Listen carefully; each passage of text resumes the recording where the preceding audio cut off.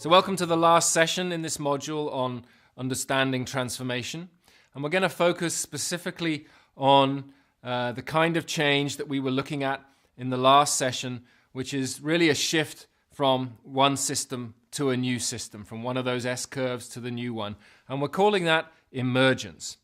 And emergence, the reason that we have the image here of these of the cocoon and the caterpillar through to the butterfly, is that's really a good description of what emergence and transformation is about, where you move from one state into a different state. And by just looking at the old state, you can't predict the qualities of the new state.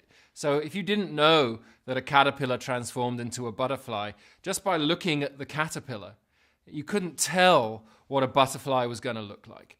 Well, that's the nature of this kind of change, of this nonlinear change. You can't tell the future by looking at the current system, because the transformation that's going to happen is one that has a whole bunch of qualities that you cannot see within the old system. And that's very important to be aware of, because it means that we really do have to come from new thinking and create space from new thinking. Because if we try to design the future from the old, if we try to design our way forward from a caterpillar consciousness, when really what's trying to emerge is a butterfly, then we'll just create more caterpillars, which are inadequate to the challenges that we're facing today. So here's some definitions of emergence. The arising of novel and coherent structures, patterns and properties during the process of self-organization in complex systems. So there's a lot in that.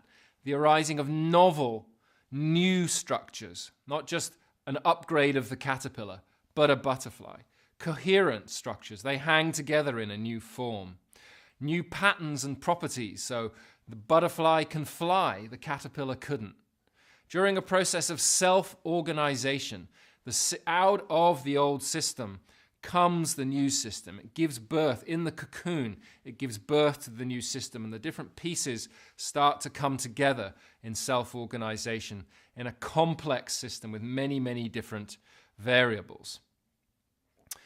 Some of the common characteristics of emergence: radical novelty, so really features that you couldn't see before, like the wings of the butterfly that you couldn't predict from looking at the caterpillar. Coherence between all the pieces, so different parts that are brought together in a new whole. And then this sense of there being a whole new level that is more than the sum of the parts. So the coherence of the whole that has properties that transcend all the different pieces. So, some people are focusing on a shift in education, like ubiquity. Some are looking at healthcare. Some are looking at the future of the economy. Some are looking at new philosophies. And what happens is that across all of those different areas, you get a pattern that is telling a story of the whole. And this whole process comes out of a dynamic, exploratory process. So it's not, you can't predict it. It's not, you don't know when the change is going to happen. There's all sorts of factors at play, things going on. And at some point, the system hits what has been referred to as a tipping point, and the new form emerges.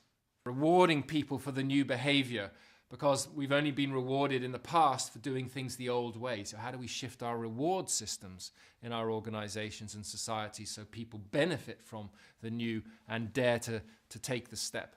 Which is a little bit down the line and sometimes quite hard to do once you've made it to the new, is to start to anticipate what are the next set of problems going to be. So we've come up with these solutions. We know that within these new solutions is the seed for the next set of problems. So how are we going to make sure that we pick up the signals for the new set of problems as they start to emerge? It's very easy just to, it's been such a powerful transition and maybe a stressful time into the new as you've battered your wings against the cocoon to build the strength to break out of the cocoon to become the butterfly, that it's then the liberation of being in the new. We forget that this new is also temporary and will have a point where we need to transition out. So just a moment of checking and realization that what we have now is good for now, and let's make sure we keep a track of the signals so we know when it's had its day and it's time to move on again. So there's a description of this particular type of change, emergence. What are the qualities of it, and how do we put in place the conditions to enable a system to move forward? So that's the end of this module on understanding transformation.